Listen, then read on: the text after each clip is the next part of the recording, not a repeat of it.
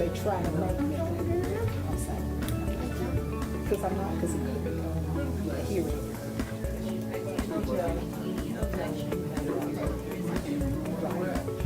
What I know, though, I really. Oh, is it here? Law enforcement.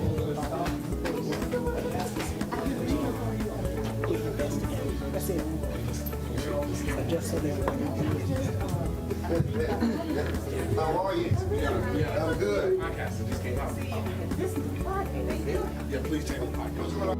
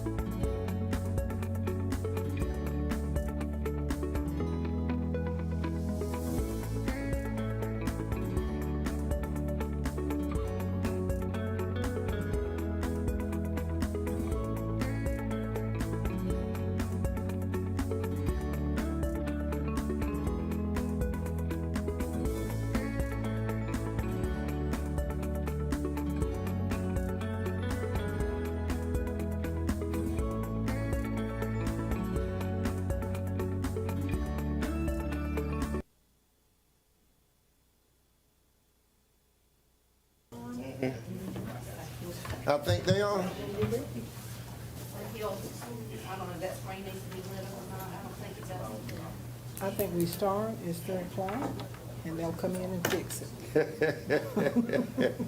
Okay. See, normally, I stepped out, I didn't see them. They just, I didn't see them stepping out the stand.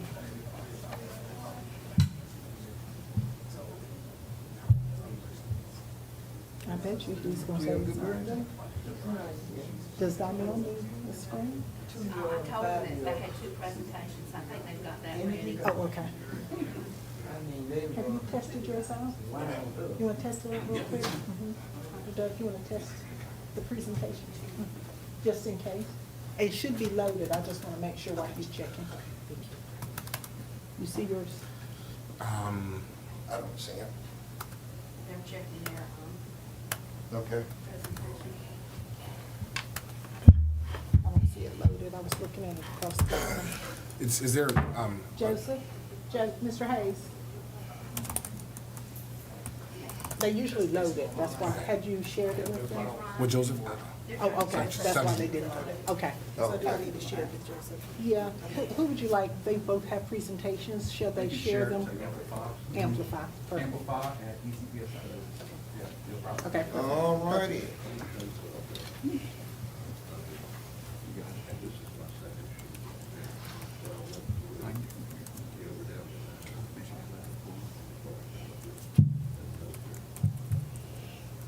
we have to do anything here? These okay? Are these okay? Okay, we're ready. All right. With the special call meeting of the Edgecombe County Board of Education, September 6, 2022, please come to order. To honor social distancing related to the coronavirus pandemic, the public may attend the meeting per capacity of 25. Please note that in-person attendance will be on a first-come, first-served basis. However, the public may view the board meeting at the Edgecombe County Public Schools link given. Please join me if you will and stand as we pledge allegiance to the flag. I pledge allegiance to the flag of the United States of America and to the republic for which it stands, one nation, under God, indivisible, with liberty and justice for all. You may be seated. There is an agenda before you. Are there any corrections, additions, deletions to that agenda? I do have one All right. adjustment, thank you. If we would add, after item 3.1B, if we would add a closed session before adjournment, I want to share one personnel issue with the board members. Okay. Are there others? Hearing none, do we hear a motion to accept the agenda as amended? I make a motion that we accept the agenda, the amendment. Second. It has been motion and second for the approval of the agenda as amended. You've heard that motion and second. Any further discussion or unreadiness? Hearing none, those in favor, let it be known by saying aye. Aye. Opposers, like sign. Ayes have it, and that motion carried. And the agenda has been approved as amended. Item 3A, item for information, 3.1A. Dr. B? 3.1A, I will ask Mr. Cannon if he'd come forward. He is going to share with us district transformation and redesign overview. As Mr. Cannon comes forward, the board is aware that Mr. Cannon will be leaving his position. We are certainly saddened by that, but what I would say is that what he's going to share with us today, this could be a 3-hour presentation. We don't need that, but he's going to share with us his work that has happened over the last 12 months. He's worked with a number of folks throughout our community, stakeholders, to get us in a position to begin to really just reimagine what the demerger could and possibly would look like as we move forward. This is an opportunity. If there are questions or any concerns, you certainly can share those with him. But he's going to walk us through community meetings. We know that we had a redesign team. He had redesign meetings, a number of those throughout the community.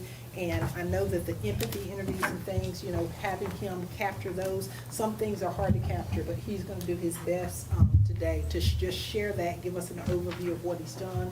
He also has a number of documents that he will be sharing with both me and Aaron to begin to look at the work catalog and figure out what's next steps. We will repost the position and we will interview, we will hire, and let me take a look at his shoes, because I don't know if we can find somebody to fill his shoes, but we're going to do our very best. We'll do our very best. So we'll ask you to just share what you've been doing over the last year with us. Yes. Mr. Chair. Yes, sir. Vice Chair here, members of the board, Superintendent Dr. President. Thank you all. Thank you for an amazing 7 years. You took a huge leap in hiring a 26-year-old principal. And so now hopefully it worked out, and hopefully I kind of delivered on some things for young people that you're proud of. But you've poured into me in ways that are incredibly immense, and I wouldn't be half the leader I am today if it weren't for your direct support, your belief in me, taking a really radical, bold leap in my role as a principal and in this role. So thank you for seeing me as a leader in big ways. In some ways I hadn't seen myself. And same with Dr. B. Just incredibly supportive. I've learned so much from you. You've given me a lane to just be creative and be bold. And I don't think I can get that in places. So thank you for being that type of leader. But just here to share just kind of where we landed with the demerger, some of the work we've done, and kind of how I've tried to codify it, so that it's easy in many ways for someone can pick up the package and run with it, if they so choose to kind of follow a similar path. But if not, and they want to make a hard pivot, kind of left some flexibility and some spaciousness there for them to do just that. So we first started with just like a demerger project plan. So when we stepped into the role, obviously it's a new role, was a blank sheet, a blank canvas. Didn't quite have an idea of like where to move first. And so what you'll see first in your packets, try to capture that as much as I can. Well, sorry, it's too steep. I didn't print that out for you, but it is hyperlinked there. So in this demerger project plan, it's just it's a project management tool. So we use the Gantt chart just kind of to outline like what are the tasks and all the things that need to be done for us to get to the goal outcome that we want.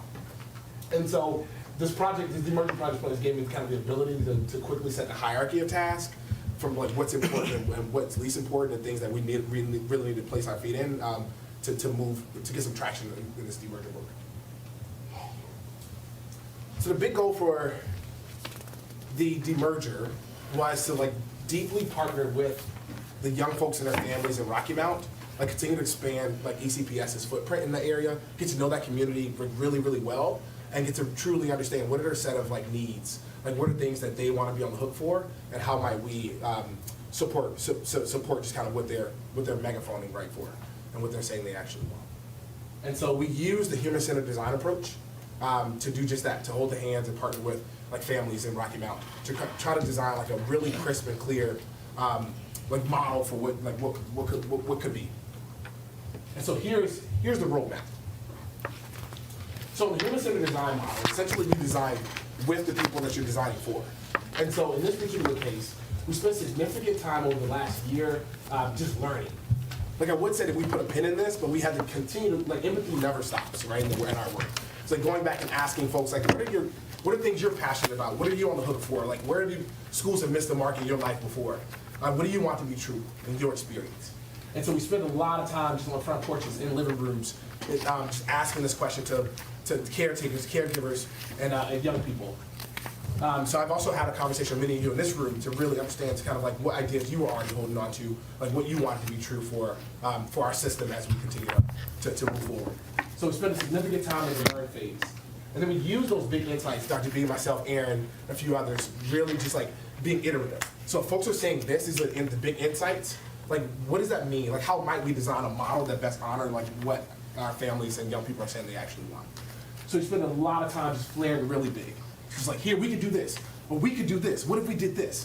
And so we were able to use this model to really craft a plan that we felt best honored, like what our young people in Rocky Mount and their families said they wanted to be true. And so here's where the work, like I would say completed, but it's iterative, right? We want to continue to loop back into this phase here. We want to continue to go back to those families and ask, like, is this what you said when, like, what you wanted when you said X, Y, Z? Does this feel right? So that would be the next loop. So this fall, it would be helpful if someone grabbed the baton and just go back to the family and said, does this feel like the thing that you were on the hook for, the thing that you said you wanted to be true? And then that, like what we hear here, could then determine new models that could be flared. Here's where we have to put our heels in the most, is in the build and try. So actually like building the models, like building pieces of the models, we already started a lot of that work in our implementation plan, which is also codified and linked to you on the slide. And then start to try some of it. So starting to go into some of our existing schools and trying some of these big ideas before like crafting them into like a full student experience, if or when the demerger does happen. So that there's a clear, like it's been tried and true, we know what works and what doesn't, and we're ready to put in front of young people in the event that the transition is possible. So here's a map that we're taking to kind of like get from the beginning to the end. So we wanted to like use those empathy interviews to really design. We have our mission as a district. We have our graduate aims. We're keeping those in place because those come from the our communities. But we really want to create a case for change. Like what is it? Like why are we reimagining schools in the Rocky Mount community?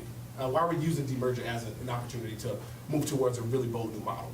So we take like what we hear from the empathy interviews to create like a pithy like statement about why we're reimagining schools that come right off the voices of those empathy interviews.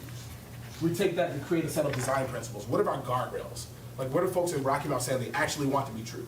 So we're able to, alongside of our design team, which we're going to show in a second, we've been able to craft a clear design, some design principles. Like this, once the model's crisp, we want to make sure that this ingredient is in everything that is designed. Like one thing they say they wanted is like young people to be at the very center. young people to be reactive. Whatever we design should be like reactive and responsive to what young people are saying they want and need. So that's a clear design principle that comes off of the work with the design team. And we're crafting some experiences where we've already like put some ideas out there. We've crafted a few new models. I also put another, we'll see this in just a second, but we asked, the commissioners asked for a consolidated plan, like what does it look like for consolidation to happen, to save like budget, to save money, and so we've also crafted that for the commissioners. And so, in order to get this done fast, we wanted to start with information sharing first, because we realized that a lot of folks did not know what the demerger was. So we wanted to figure out what are the best ways to get this information out to communities in a way that felt granular, that they deeply understood, so they knew exactly what was going on in the backdrop and what was happening. So we took a few different approaches to do just that. So when we worked with Edincy to create an article to share. Like it's pretty objective from all lands, had a chance to talk to all types of stakeholders from the Rocky Mountain area, from here in Edgecombe, leaders in Edgecombe and young people in Edgecombe, and they talked to leaders and young people in Nash. So we get a comprehensive story of what the demerger is, historical context about like how it's come to be. So we were able to work with Edincy to get that paper out there. And then we worked with Mr. Evans and I. We did kind of a sit down to answer all the questions that we're hearing that came from folks in Rocky Mountain. We put that on YouTube. We worked with a young person over at West to help us, who asked us the sorts of questions that we were hearing in our surveys, so that we could, like, folks had access to this information like up front, without question. So that's Eric Phillips. We're really proud of him. He served as our moderator for that conversation. So when you have it, check it, please check that out. We blast that across our social media, on our district's homepage, across the county commissioner, the county's like page and their social medias, so that folks had access to like to this video. Also, like, work with the mayor to put out the mayor briefing, so that there was like, he had like granular questions that he wanted us to answer. So we got really clear about like how we're thinking about the work, what we're up to in Edgecombe already, what are sorts of things we're hearing from our community, and then again continue to answer like what the demerger is and how we're thinking about it.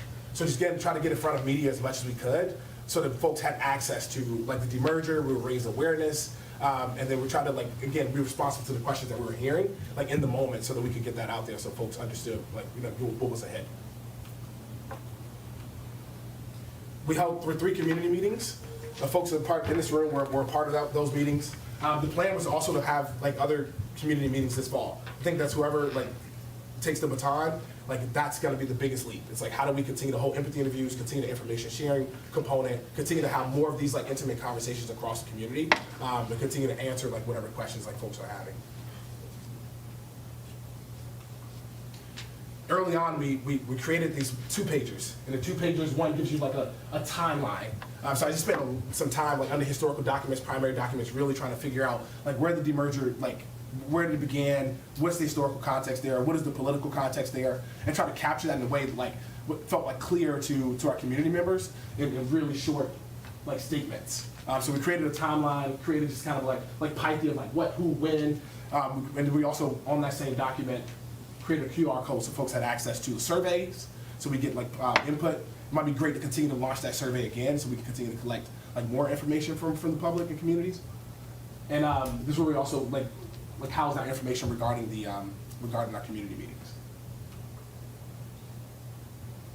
We held about 9 large group presentations. These are presentations that were like not a part of this community meeting.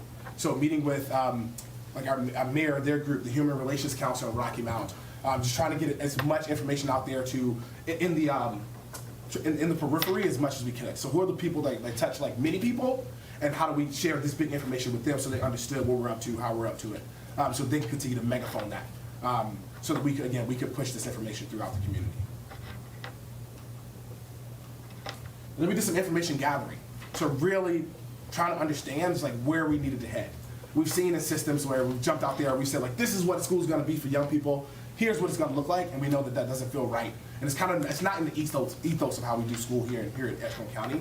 And so in honoring that, we really wanted to, again, listen to young people, their grandmamas, their granddads, their fathers, moms, to really understand what they want to be true, where do we turn the dial up, where do we turn the dial down, so they have the types of experiences that they want, but also they're really excited to come over to Edgecombe. in the event that a demerger does take place, right? We don't want folks like kicking and yelling. We want folks to feel a part of like what we're up to. And so we spend a lot of time just like talking to people. So we try to reserve on each of those meetings. We did about 149, tried to reserve anywhere between an hour and 30 minutes to 2 hours. One, because we wanted folks to see us as people and not to come in and just say like, hey, what do you think about the demerger? But really try at a human level, like sit with people to really understand the heart level, like what they actually wanted, but a clear introduction of like who we are, how we're, you know, as a district, and who I am as an individual who's out front of some of this work. So we collected all that data, we housed that data, we also have access to that. We tried to cluster it. So we looked at what are the things that had heat, the things that were coming up across these interviews quite often, and we put those in big clusters. So families might say like, my child really wants to learn their passions, then we put that information under passions. They might say, well, we actually think school days should be shorter for young people. So we put that insight under that particular cluster. We're trying to figure out where are those places that had heat, and then we separated those into a place that we can make sense of it to really design models and project models that could work based on what we're hearing. So spent a lot of information gathering, spent a lot of time under school profiles, like trying to really get to know the schools, like how the schools previously performed, what do they like, what's the spirit in the schools, what are teachers like, how they're supporting, and adults in the building are supporting young people. So spent a lot of time like looking at school profiles. I captured some of that profile in your packet so you can see like one, what was the performance of some of those schools historically. You can look at the TWC results. I pulled a lot of that for you as well, spent some time there to really understand like how teachers are experiencing school. Again, performance grades are there. We looked at the percentage of economic disadvantage, Title I, income and readiness. Again, so we didn't know just kind of what are the needs and how might we respond in the event that a demerger does happen. So you do have that information in your packets, and Dr. B does have like access to that spreadsheet. We did about 12 inspiration visits. So once we were hearing from parents and we got to cluster some of that information, we wanted to see where would that already taken root. So a parent was like, yeah, we want our kid to be like to have access to these internship models. We wanted to see what sorts of communities were already leading internships well. If parents were saying like, we want a school that's like could be centered around the arts, like who are the folks out there leading art instruction really, really well? And we took community members to go see that. So if you had a few folks who traveled with us in this room to New York, we've been to Seattle, we've been to Rhode Island, we've been to our neighbors and just adjacent of us at Sally B. Howard, places like that to really gain some inspiration so that we could consider that broadly and narrowly as we crafted a plan that could work and that folks would get really excited about.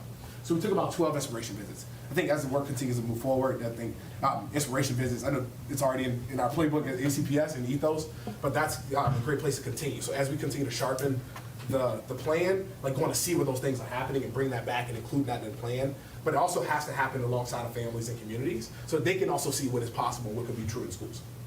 We found that to be fascinating, especially on our New York experience. Right. We put together a design team. These are folks who are deeply committed to this work.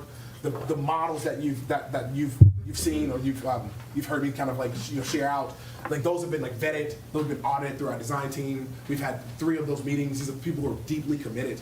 As we think about how the work moves forward, it might be really helpful to continue to keep that core group engaged.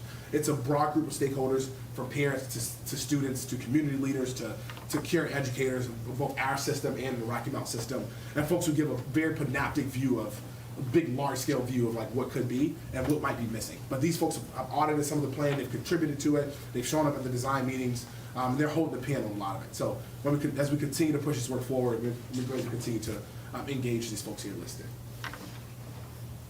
So you can see in our school system, we have Dr. Kelsey Ballard. She's the caring principal over at West. She served on the design team, has been all in the experience.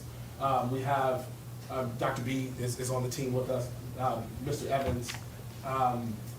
We also have Reverend Privet is a part of that team, Dr. Wilson is a part of that team, Aaron Swanson is a part of that team. So they have an idea of the conversations and the chatter that's been going on and the work that's already done.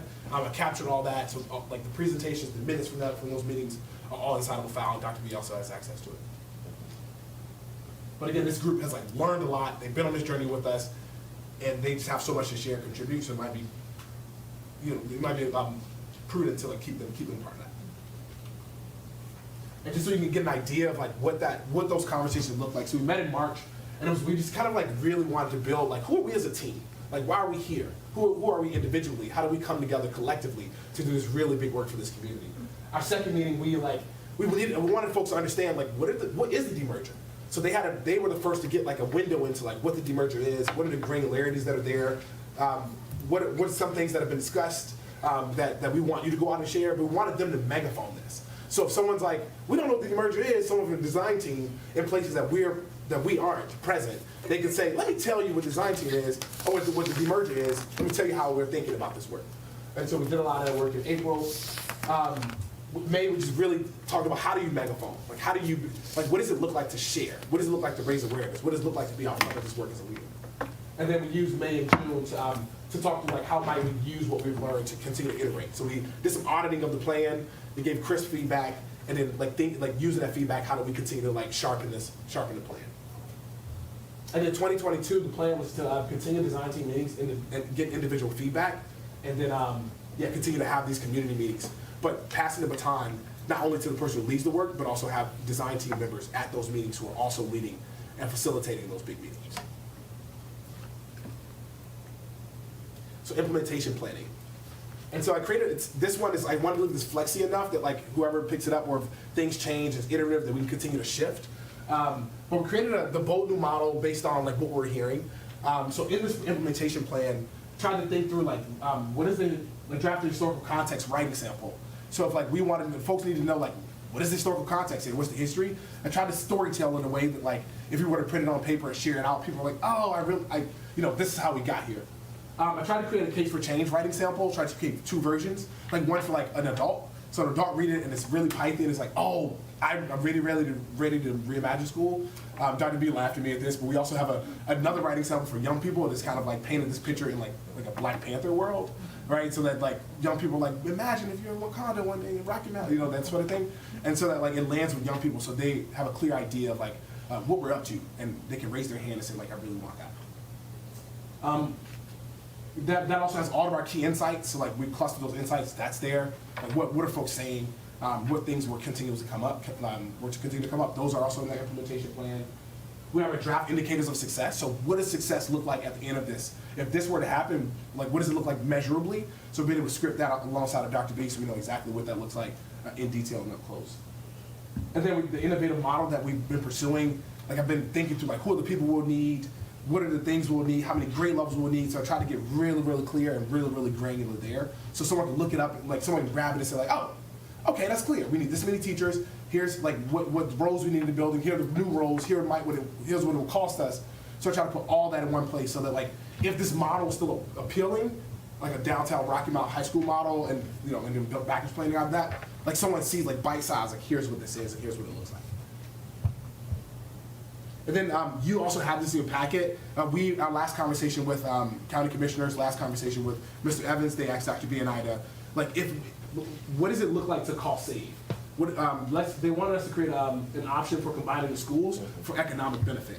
So I try to create all of the options, whether that's like a K-12 option, a 6-12 option, what if we move Baskerville to D.S. Johnson? What does that look like? How much space will we have? What does it look like to send a few kids to our schools in Edgecombe County? So there's a full, like it's a full lens plan of what consolidation might look like in the event that like it costs us money and that's more appealing to more people. So that is there for you to see as well.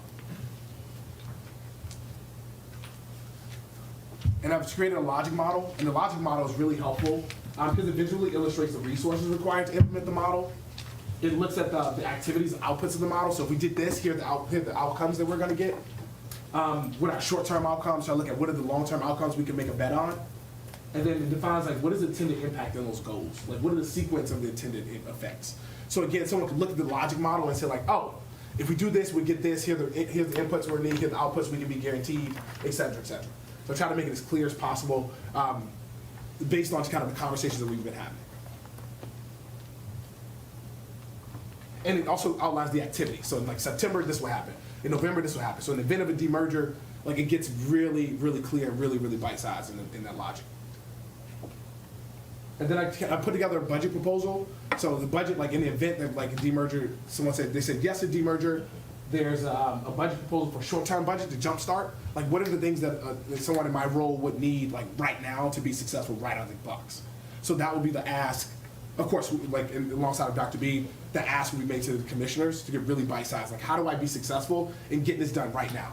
Like, what is a lot of the budget I've been operating off is, like Dr. B, she's been gracious enough to lend me some of her funding, but like, this gets really clear in terms of what are the things that folks are gonna need to do this really well. So it captures like, what do community meetings cost you?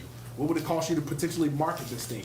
What would it potentially cost you to host some of these empathy things, that sort of thing. So it gets really clear in terms of what an ask might be for someone in this position.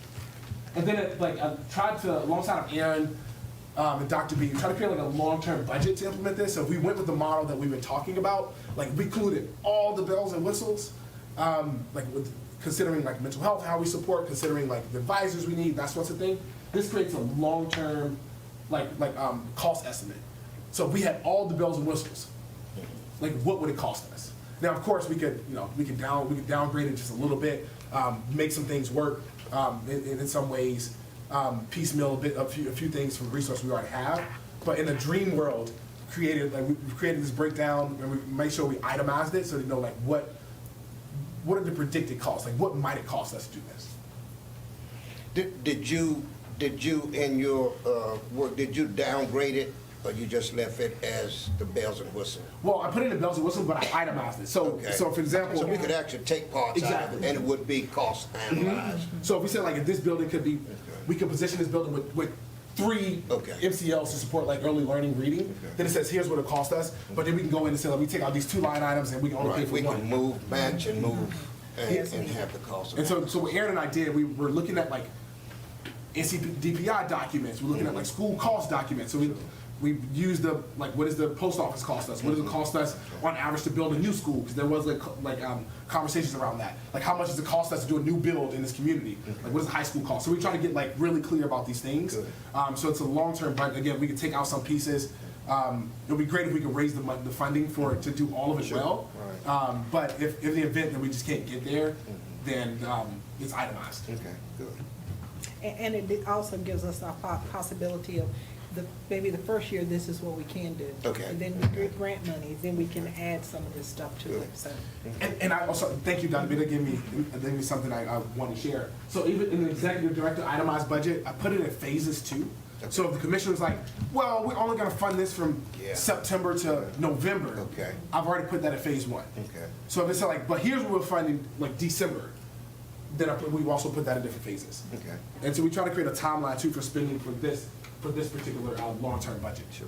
So, and Erin her and I have like spent hours like trying to figure this out, so she's been really close to that work. Okay. So that knowledge won't be lost. Dr. B's had a chance to review this, so he's kind of know what I think in there. And I'm just like, I'm a family member, right? And so I'm just a phone call away. And if I'll meet Dr. B in a coffee shop or in the office, and we can like talk through like how might this be helpful. But yeah, this is a place that I call home. Okay. And then, so the post office, there was, here are the post office specs. I've handed that over to you, your package, so you had like that blueprint. This was shared by the self-help, so that building. If this is something we still wanted to run towards, you do have those specs and what it could look like. Has an opportunity to dream with Dan Levine, who oversees the big real estate projects. It's owned by my self-help. He's looking forward to a conversation. Like if the demerger were to go through, so we can give an update as kind of like how we're thinking about it. He's committing to holding on to it for as long as we can. He's a really big fan of like what we're up to and how we're up to it. And then I just put a lot of those projections inside of that same document. So I left his contact information for Dr. B and those folks, like Eric Evans, who would need it. Looked at and put up the appraisal numbers, so his appraised value might be closer to like $1 million. But if it's turnkey, like you're ready to walk into this building right now with all the bells and whistles of the building prepared, ready, it's about $7.7 million. The average cost of building a school right now is tremendous. I think Aaron and I looked at it between 30 and 60 million. That's right. To build a school that will house like students in this area. It's obviously the cost of like materials gone up, and so it's just trending upward. So it does not look the same way it's like from 3 years ago. So this would be a cost efficient option. You could enter into a seven plus year rental agreement there, long term lease to own. So you own it, you would lease it to own it eventually. You would enter that into like 15 to 20 year lease, and then it will cost about $275K a year, which would still be cheaper than moving towards like a $30 million, $60 million building. So all that information is there. But again, I tried to like capture it So you have all that information that's in your packet. You can go through that, thumb through it, and see kind of where we landed. I try to make sure it's portable enough that like someone else can say, we're going to keep this, but we're going to ditch this. And like folks, or someone comes in and have a clear direction, so we're just not going backwards. So we don't feel like things have been lost. Again, but I'm also here. So like that's meeting with Dr. B, meeting with Aaron, continue to have these conversations. I'm really invested in this too, and to keep this thing going. So it's not one of those like we need to backtrack where it's like the bottom is falling out, but like we've done a lot of work. There's a lot of knowledge that has been gained, and it's just a pass the baton. Sure. And I try to capture and package it so that like it's easy to understandable. But, are there any questions? So Dan is up on the post office section of it, that project. Yeah. So Dan, Dan self-help owns that building. Oh, okay. And so, and I've been meeting with him, been talking with him over the phone over the past few months. We check in like every few weeks and just give him an update. But again, he loves what we're doing. He's a huge fan of Edgecombe County. Dan's a good guy. He's a I've really worked with good him dude. on another project. He's a good guy. Yeah. So we try to make sure that like none of this is like, falls out. And the work we've done a lot of work here. Do you know if anybody else has shown any interest in the post office? There was someone who was showing interest before, but the way the self-help was thinking, they wanted to be a community invested like building. So like folks are invested in what we're doing. They have a shared vision for the use of the building within the community. So they have what we were tossing out had a lot of appeal because it's what they wanted. They wanted the community to be like in like a joint hand with community, in lockstep with community, and to do something really cool with that building. Other questions for Mr. Cannon? And Aaron is up on all of it. Aaron is so She's in it. yeah, she's in it. So yeah, she's deep in it. So Aaron's a good contact. So Dr. B is a good. Obviously, Dr. B knows what's happening. But Aaron and I would meet like once a week. We kind of created our own like innovation team throughout this year, and so I would give her just kind of like updates. Here's my work. Here, she'd help me like make some of these plans, tie some loose ends on it, that sort of thing. And so she's like really up close to it, and could probably walk you through this in ways that I've like forgot to mention here. And somebody coming in to take the material, the podcast, the YouTubes, and Yeah, I think those pieces are probably easier than just getting It caught is, up to right. speed. They would sit and look at But, it, right. he's agreed to, once we get someone in place to walk them through Okay, and meet with okay. that person and talk them through and even take them the places he's been. Again, filling the shoes is hard. Yeah. And I think the position was created for him. Mhm. But we'll move forward and make the best Sure. of what we have. I Absolutely. think it's a great plan. We were on our way. And I'm really committed to that. So like I want folks to call. I want to talk through this at every turn. Appreciate that. Yeah, Kim? Yeah, my question is, do we have a list of the good resources that you've made contacts with? You've made a great headway for us, Yeah, and yeah. made great contacts and created relationships, and it's gonna be hard to put someone in there, but if we know who the right people are, that will make it a little easier for us to get, to pick up the baton, as you say, and move forward, Yeah, that's a really good question. So the way I was tracking empathy interviews is like I had an empathy interview tracker. So whoever I talked to, it just like I had a drop down. It was like, what Okay. side were they from? Were they national? Were they like local? Were they like Nash? Were they Edgecombe? Sure. So y'all are on that list. But I have like all of that listed. So I know like who did we talk to early on? Who are supporters? Where they exist? What date we talked to them? That sort of thing. And if also we've been able to like make some cool relationships. So it'd be cool to just send an email like, hey, this is da da da, and such that this is da da da. So I would want to make that connection too. Again, I want to continue to gain knowledge on this because the young people in Rocky Mount deserve it. They do. They deserve it. They absolutely do. So you have a Google Doc or some type of Yes, it- tracking system, and then you could make the connection for whoever's next to talk. And it's all on a Google Sheet in that demerger folder. Yeah. So that's how we were kind of like collecting this data to make sure that like I was pretty clear about who we were talking to when we talked to them, so we could create a cluster we could share draw. did you have any proposed site visits that you had not made? That's a good question. Site visits or places? Yeah. You did? Yeah, I want to go Denver to embark. Okay, but it's all in. It's all in there, so this inspiration visits is there, like who we want to talk to next. So, and if like how much would it cost us to do inspiration visits? I put that like inside of, in both the budgets, so like the long-term and the short-term. Because that was the big thing. We wrote a few grants, we got a few grants to take to go on a few of the inspiration visits. We're gonna be like constant funding to continue to do that well. Sure. And I think that's where we get the most mileage, right? Because young people and their parents get to see it up close. They have to see And get really excited about it. Focus on, put eyes on it. And so I've given a list there, and then shameless plug. I'm sorry. So my friend Jenny and I, who you also know, is one of our close colleagues.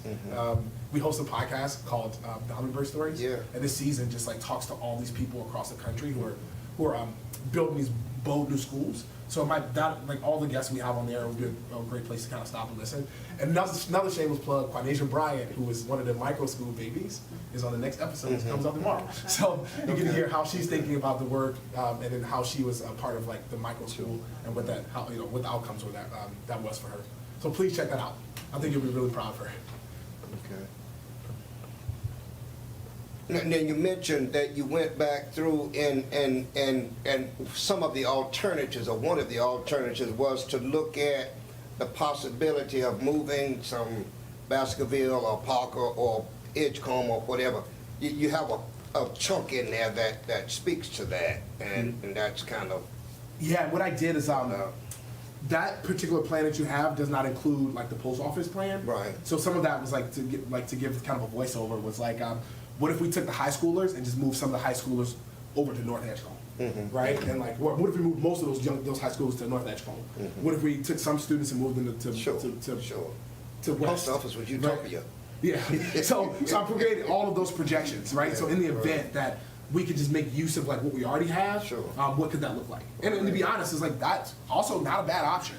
Considering, right, in terms of the space that we have in some of our buildings. So I put in there like what our buildings, what the care capacity of our buildings are, what the care student enrollment, so you can kind of see the gap.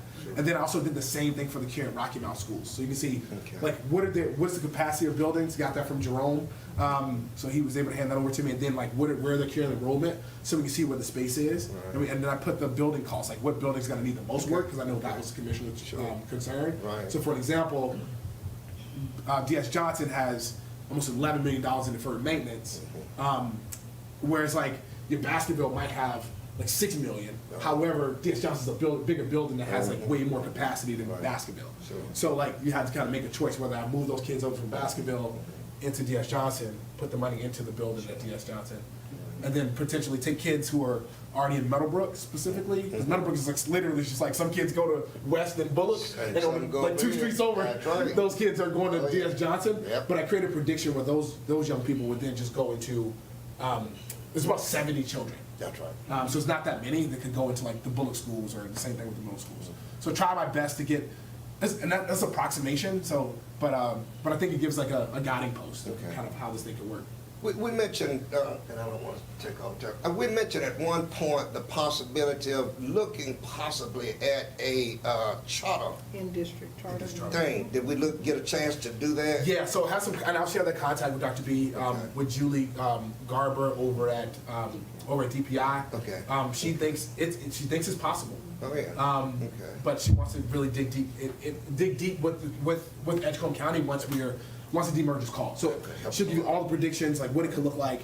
We've already talked about the restart, so like the schools could become restart. We talked about what that might look like, because those schools would lose their student data. Okay. Right, when they transition LEAs, so they get a new school code, and so their data, they would no longer be considered failing schools, and you need that as like as a starting point to actually get the restart restart code or whatnot. So if you think there might be some space to kind of pivot there, like make some. Aaron and I have been on the phone with a few legislative members in General Assembly to figure out like how they're thinking about this if this were to come up, and they all believe that like those schools still could be launched as restart, which has like the charter like flexibilities, which would be a starting point to maybe build an in-district. So had Nash looked at restart for any of those schools? I think I think 1 or 2, but I can't. I'm not Okay, positive. but they hadn't gone through the process. They none of just them talked about it. Yeah, none of them are restart. They I just think talked there was about an application for one of the schools down there. Okay. don't think it actually gained any ground. Okay. But now that one of those schools are restarting. Right. But again, one thing to be careful about is like that those schools, once we transition those schools, or if we get a yes, they transition those students, those schools will transition over to Edgecombe County, which means they'll get a new school code. That's So right. they no longer have their same They student. would have the- that. the college, yeah. Right, Yeah. they would. As we talk in this room, we seem to be very positive about the demerger. How are from your empathy interviews, how is the community feeling? You know, the whole time we've said, no one's ever asked them what they wanted, and I guess I've never asked you, what did they tell you they wanted? Yeah. And the second is there a common theme of things that the community wants? And I know when I say the community, you talk to parents and Yeah, children yeah. and community members, and so I don't know if you want to break that down or if you just want to Yeah, generalize. I think largely, people just want what we all want in this room, right? Like they want better for young people, right? So whether that's like in Edgecombe County, or whether that's in the Kieran district, they just want their kids to have better than what they've gotten, right? So whether like we deliver on that, or they're Kieran school, like that's where they exist. If we can do that better and well for them, then Edgecombe County is like where they want to call home. And if it's Nash, they up in the Dow, then Nash is where they want to continue to call home. But I think what we've been hearing is like they just want more than what they've gotten. They really felt like they've gotten the short stick, and that doesn't feel good to them. And so they want something to feel good. They want to feel a part of something. They hear all we got going on in Edgecombe, and they're like, oh man, we can do that too, you know? They want something exciting, bold, and new, right? I remember one saliently, I remember this like one empathy interview where a parent was like, well, I want my kid to go to a dual language school too. But I want my kid down in that area to have like access to that. And they don't, right? And so, or this particular parent didn't feel like she had access to that. And so they want something different, they want something new, they want to feel like they have something shiny too, right? And then we're taking care of their children. So largely it's been positive. They don't want anything to happen to them like right away, right? Like no one wants to be thrown into that. That's So, right. but That's right. whenever I share with parents or young people, like, nah, this will take some time. That's where they feel more comfort. And we're also like, let them know, we'll just keep coming back to you, right? It's not like we want to keep you informed along the way. So hey, for us to take off with the plans, we're way out here, parents are way here. So that's why I think the community meetings will continue to be important to say like, here's how we're thinking about it, right? Like, and continue to gather feedback in those forums. So the reason design team is still important, right? So they can continue to bring that context, continue to share those loudly. But I think the ethos, like the feel of kind of what I've been hearing has been like pretty positive. Like they feel like they've gotten less, they want more, and if we give them more, then they want to come with us.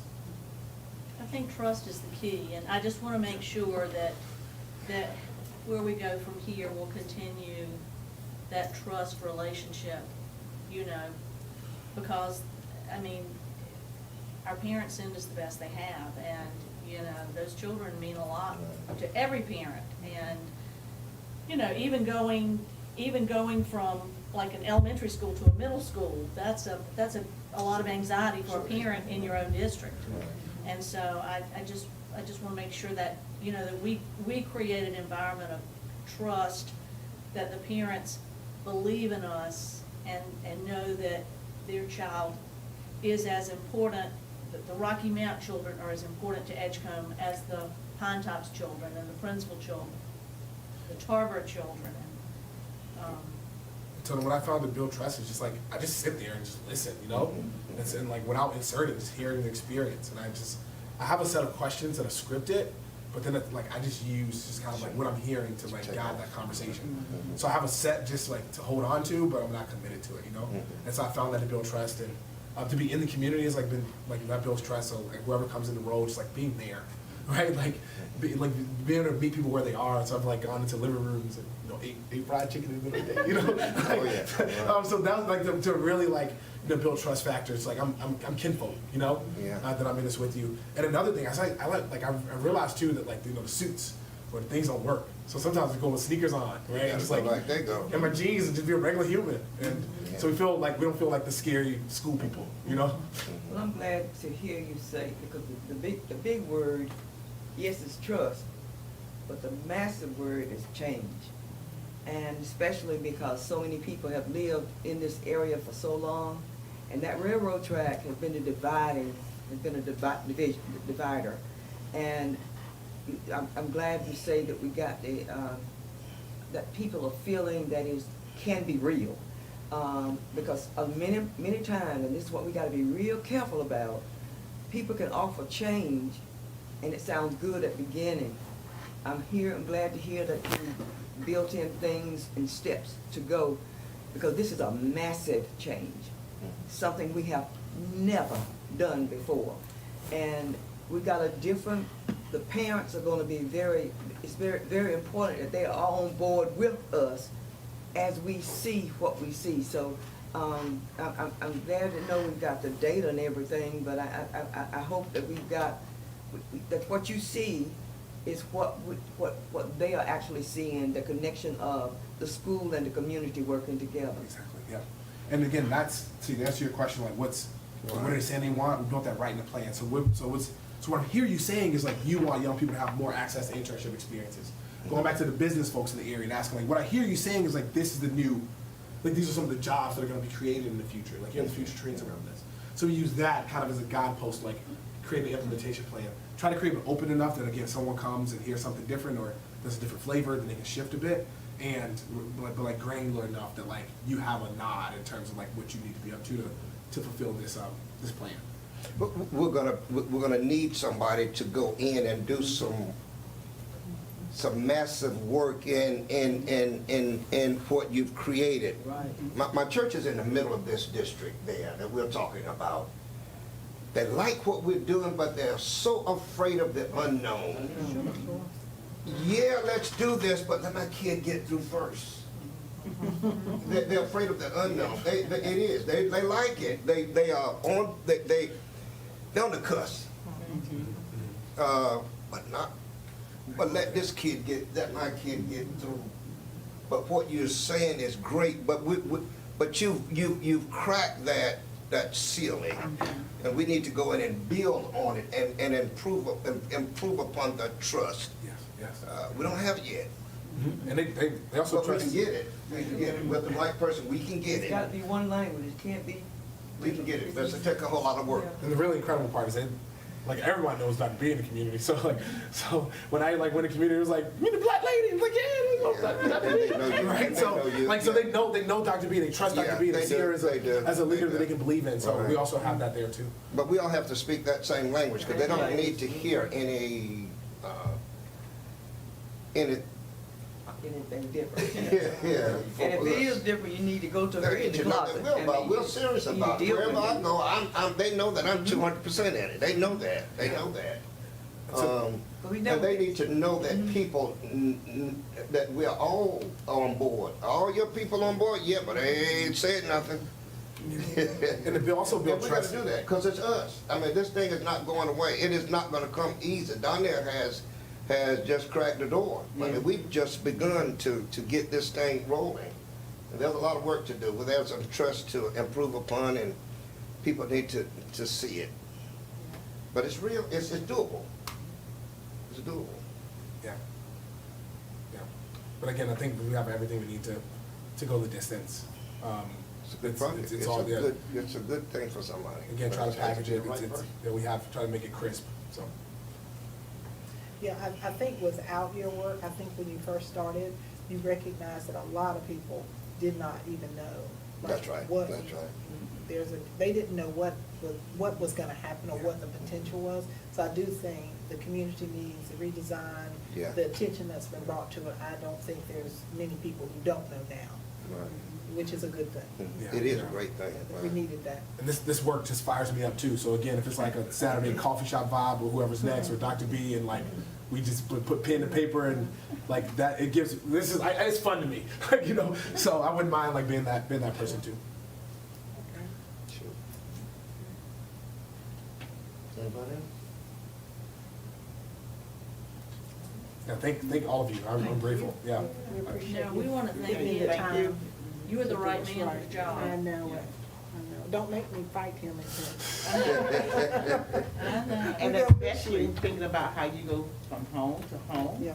And how they welcome them. Yeah. That's what.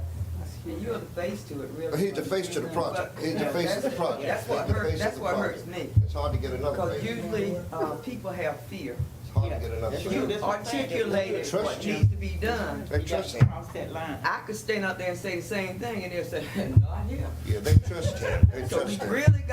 Mr. Privet was right. Yeah, he's the face of the project, Yeah, this is a, and they trust him.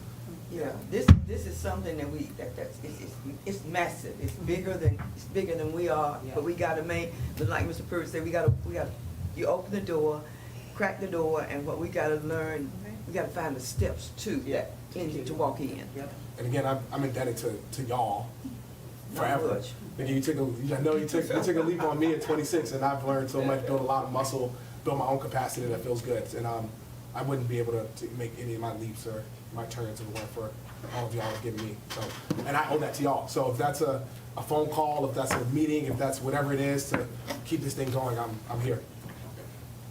We made a good decision. Yeah. With you, and we Yeah. appreciate your work. All right, if there's nothing else, we want to, on behalf of the board, Donnell, we want to thank you for all that you've done for us and for being with us, because you didn't have to do that, but we're quite appreciative for the time that you've had us. It's like a quasi-death, but we tell the family, be appreciative and thankful for the years that you did have them. I do that. And so we're thankful for the time that you did give us. Because your time could have gone someplace else, but we're better because you passed through here. Yeah. Understand that. And I'm better because I've passed through it too. So, That's huge. thank y'all. Thank Don't be you. burning in the bridges because you might have to come back. I'm not taking it. You can come in, he gonna say that. Good luck. Thank you. I need to run out here right now. I'll be right back. Sounds good. I think we're transitioning and I'll be hugging. right back. Gotta give your child one last hug, Go right? ahead.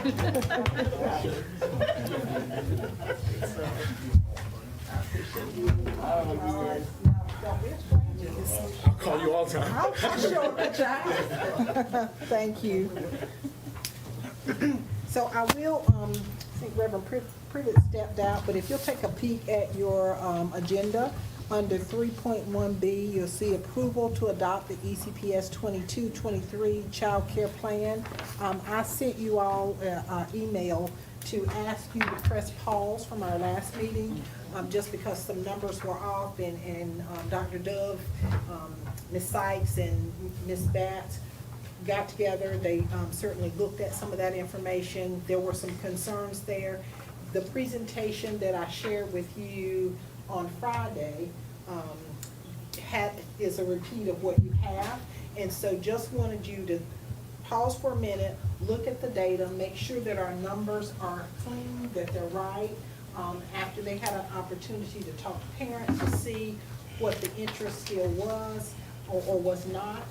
We wanted to come back before you, and so I asked Dr. Dove if she would present this afternoon. I went over it really quickly. I told her I did, but this is a presentation she pulled together to be able to share kind of where we are, where we've been, and what we think is the right option for Edgecombe. So I'm going to let her share. There is a one-pager that you all have for the recommendation that we're making this afternoon. So I'll let Dr. Dove share. Thank you so much. Thank you. So good afternoon, Board Chair, board members, and Superintendent Dr. Bridges. I come before you this afternoon to talk to you about the proposal that was shared with you at the last board meeting. As Dr. Bridges stated earlier, she shared it with you guys on Friday.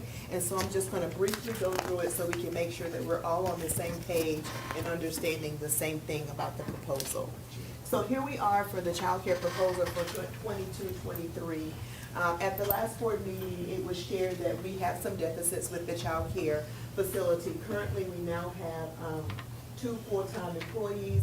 If we continue to run it as is, we will need 2 full-time and 2 part-time employees to make sure that we're staffed completely. We proposed last time to run it from 7 to 6. We shared the current rates with you guys, which is $170 for 0 to 2-year-olds and $130 for 3 to 4-year-olds. We did a comparison in the district, and we're about $35, $40 cheaper than the regular daycare centers in the area. Currently, we are still at a 5-star center, so that's good for us, and so we're proud of that. Sure. We want to look at the number of students that we've had. We've noticed that over the course of about 3 years, there's been a decrease in students that are enrolling at the center. You'll see that in 1920, there was 12 students, 2021, we had 7, 21, 22, 8, and 22, 23, we had a potential of 3 students. And as it is right now, we have 2 students in the daycare, a 3-year-old and an infant whose mom is saying that she's going to move the child to a different center. So currently we have 2 kids that are incoming, and when the one child leaves, we'll have 1 child in the child care center. And so you see what our operating hours are. We had the consideration for moving it to 6 o'clock and then staying open for 10 months. You know, we want to move it to the 12 months so that we can make sure that we can compete with the other child care centers in the area. So fee for service, we've looked at it for 12 months. We see that if we have 4 infants at $170 a week, we raise an income of $29,240.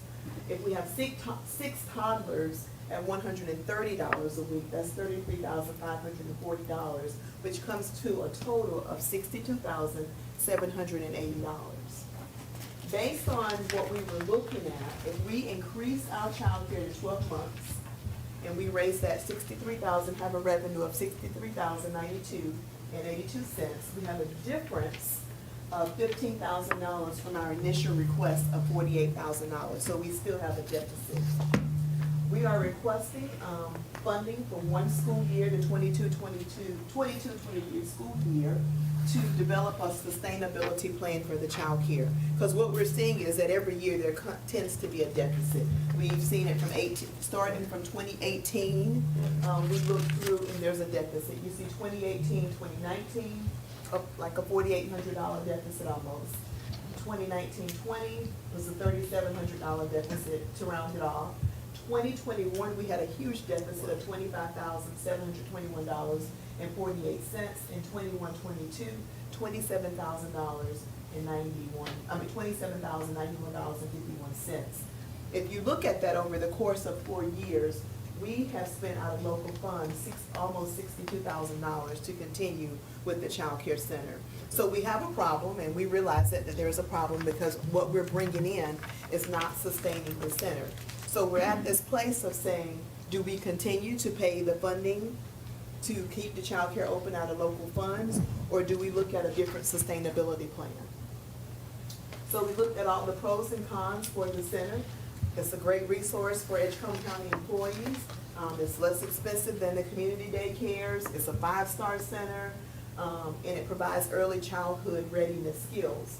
But one of the biggest cons that we see is that it's a continuous deficit that we're seeing with the center. Another con is that we're open 10 months and most centers in the area are open 12 months. And so we know for most of our community members, as a parent, I would say that's probably difficult to have a center that's open 10 months versus 12 months if you work every day. We see as a con that if we extend the hours, it's going to cost additional money, and we already have a deficit in the revenue that's coming into the center. We look at the potential, right now we're looking at the potential enrollment. Like I said, we have 2 children over there right now. 1 is going to leave, so we have 1 child in the daycare center. So we know that 1 child being at the center is not going to sustain it for the 22-23 school year. So we put some options out on the table for us to look at. Option 1 was the use of ESSER funds of $63,092 to sustain the child care program for teacher recruitment for the 22-23 school year. And this option is available if you guys say that we can request the money from ESSER, and then ESSER has to approve the request before we can actually use it. If they don't approve the request, what we're asking is for local funds of $63,092.82. And so that would be local funds, again, that would be used for sustainability of the child care center. The other option that we explored was to look at closing the center down for 0 to 2-year-old students and open it up to a 3-year-old center that would serve 15 students. We would have to choose the students in rank and order because we do have a wait list for that. We have an option of using ESSER funds to promote early literacy skills. Again, we would have to apply for that with your permission to request those funds, and see if we can continue the center, but just as a 3-year-old center. And with this option, if ESSER says no, that they will not approve that, we would be asking for local funds to cover employee salaries of $89,000 if we don't get the ESSER funding. And then the third option would be to close the child care center due to lack of funding. And so we are recommending, or for you guys to, the approval of option 3 of the ECPS Child Care Center to discontinue as a child care facility for 0 to 2-year-olds and open up as a 3-year-old center. We would use our current wait list to determine what students would be able to attend the child care center.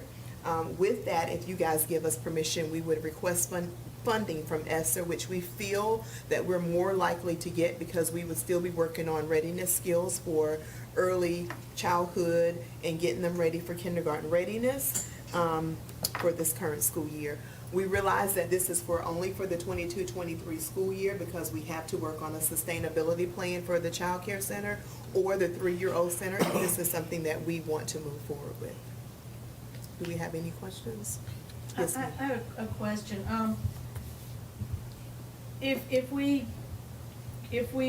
say there's a potential to serve 15 students, Mhm. and you have a waiting list with 15 students on there? Yes, ma'am. Oh, well, that would be even better. I wish we could serve all 100 students. Right. If these are paying, are you saying these parents will not be paying? This would just be a free program for 1 year? I mean, that's my question. Yeah. Yes, ma'am. If the board approves for the program to move forward as a 3-year-old center, it would not be a fee-based program. Parents would just bring them, we would use the ranking system that we have, and we already have that in place. We would choose the students, and then we would enroll them, and it would be free for parents. And I am not opposed to that. I'm playing devil's advocate just to think through things. Next year, when we have a 3-year-old program and parents have to pay $130 a week, is that, just thinking, it's free, I mean, I'm thinking about it, we had free lunches, then we didn't think we were gonna have free lunches, but we have free lunches now. You know, parents look at things like that, and they don't realize we're giving them something that they have to pay for anyway. I just don't wanna create an image that next year they're gonna say, well, last year they gave it to us free, and, you know. I wanna make sure that, that we can sustain this forever. Now, I would love to be able to create an early childhood center to take every child from birth until we take them in kindergarten and give them everything they need from nourishment to readiness. You know what I'm saying. Oh, yes. I am very open to all these ideas. Help us tremendously. I just want to make sure that we create an image in the community that next year they're not going to say, well, look what they did to us this year. Because I've heard the parents talking about the lunches when they thought they were going to have to pay for them, even though for years we had to pay for lunches, you know. Yeah, so what I'd say is when we look at the options here, the 3-year-olds, we currently already have 3-year-olds in each class, so we have about 33 that we are supporting now. This would be free. That's not always ideal, but we felt like that would also help us with kindergarten readiness. I think as we go through this current year, we'd be looking at like, how can we fund this, because that's not sustainable. We can't always use our ESSER, we can't always use local. We have been successful in the past with getting grants and things like that, so that may be something that we can look at. I know that Dr. Dove and Ms. Sykes are meeting with community people to talk about the 0 to 2, so that doesn't go away either. So, you know, I can't say 100% sure we're gonna be able to do that, but we might be able to find funding for half of it. And I'm okay. No, I just get don't what want you're the saying, community, where you it know. comes back on us like Right. yeah. No, I wish we could afford free, like I say, free birth until we get them in kindergarten. I really do. It would make our life a whole lot easier. We have high hopes with the community conversations that we will have this upcoming week, that we may be able to work out a program where we can put the 0 to 2 back in for 23-24. But when we're thinking about the families this year and employees, and thinking about what we can do for our community to help with that kindergarten readiness, instead of just closing the center, this was an option that looked feasible for this year, but I think we need to be very clear that it could only be sustainable for 22-23 school year. And I think that the positives, and I get it, but I think the positives, we got 45 kids that we're moving to the kindergarten program that, who need this. And I do believe that there are some possibilities of part of it being funding. So I think we can't, I don't think we can afford not to grab this opportunity. It's gonna help us. Because our kids come to kindergarten for the most part under-ready, totally. Their vocabularies come 5 words to 10 words, when you ought to have a 200-word vocabulary. And we gotta do something. We gotta start somewhere to do something to help that. If not, we're gonna continually be in the, it takes 5 years to catch up. And they're at 1st grade by the time when they get to 5th grade, and we still haven't done anything. So we gotta start with 3 years. And who knows, General Assembly they got money, they can do something. Well, I think you're right, and I think one of the biggest problems that we have, and why we lose a lot of students, is that a lot of our children in the community are ready for kindergarten, but they don't want to go to kindergarten with children who haven't learned to sit in a chair yet. That's And right. I think I think that's why right now the First Baptist Church has added a kindergarten, and now they've added a 1st grade this year, because those parents didn't, it's not who the children are. It's when you have a child who's ready to read in kindergarten, but a child who doesn't know how to sit in a chair, that child loses a lot of the important readiness that year. And if we can move everyone up forward, a community's not gonna move forward until everyone moves forward. And so you can take that little clump and put them in that school and they can move forward, but our community's not moving forward until every child moves forward. And pretty soon, you're absolutely right. Sometime in our lifetime, I'm prayerful that this state is gonna see the need to get those socioeconomically deprived people that 0 to whatever, free. Well, And it'll help us in the long run. it will save us money. We won't have to be a prison. That's right.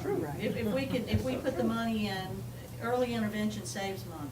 Well, it starts with what we're talking about, because somewhere along, it seems like we got a lot of loud talking against, but what we gotta do is be very, very, very supportive and push.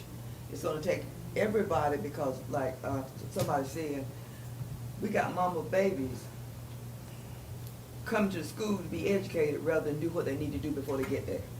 And so what we got to be, we open our doors, but we got to be prepared, ready, and have to show the results that it really does work. You've heard the recommendation from Dr. Dove. What's your pleasure?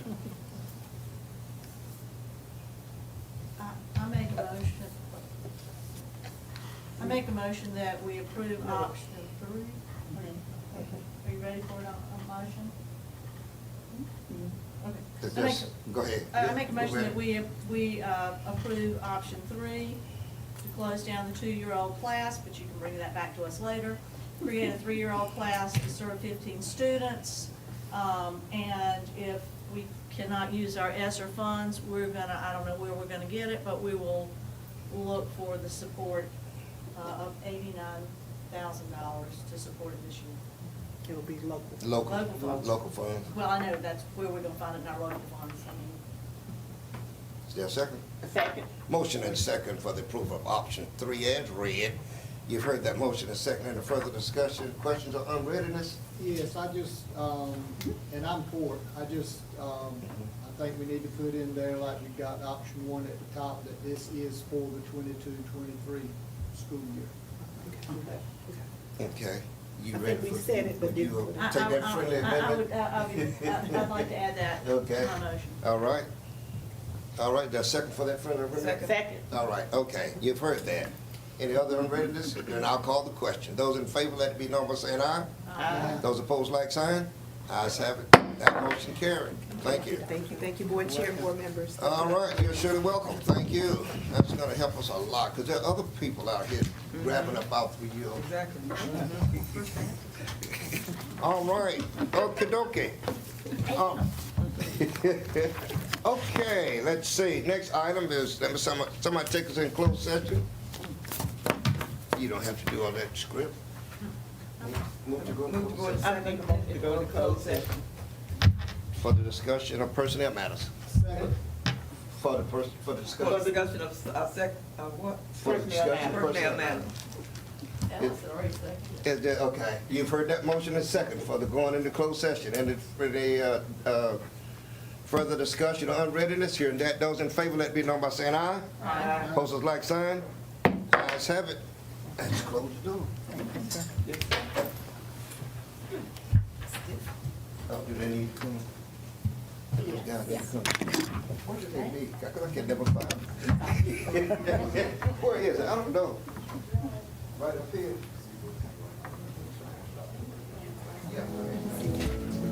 I'll move.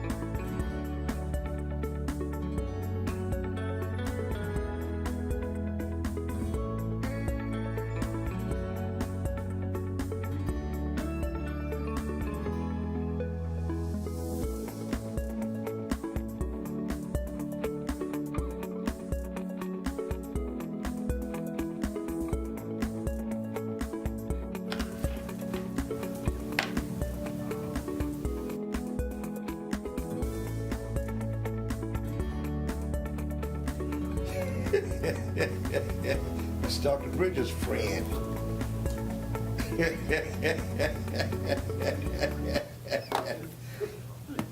That's your friend, Dr. B. What is that? Well, go ahead. He called me today too, I We're told him I still had on time. public. Yeah, because we're back in open session. Oh, I thought we closed. Oh, I we did. thought we did too. I make a motion to adjourn. I thought we I did. thought we did, okay. Second. All right, motion and second for adjournment. Those in favor, let me know by saying Who aye. made the second? Okay. Okay. Ayes have it. Okay.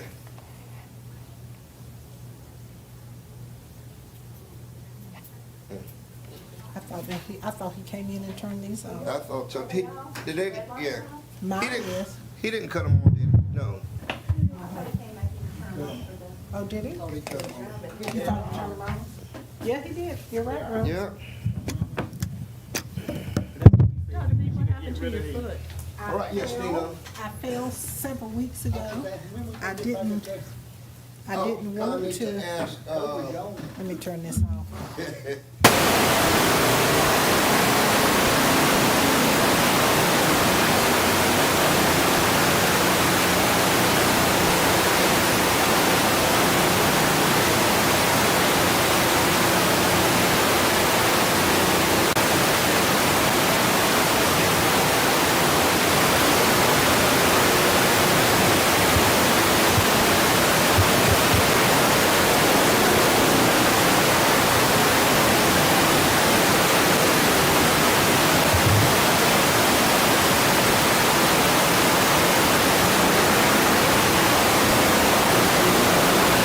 Oh, I didn't see it come back.